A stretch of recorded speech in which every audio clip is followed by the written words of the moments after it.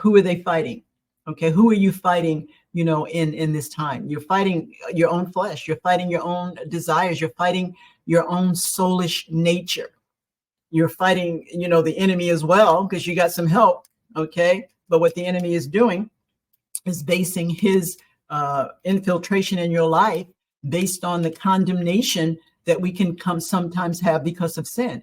Sin hath no more dominion over us, the scripture says, once we have received Jesus. Okay, and they're condemning themselves because they've sinned, but they decided, look, we're going to forget about that. We're going to repent of that. Now we got to fight now. All right, probably because of our sin, we got to fight now.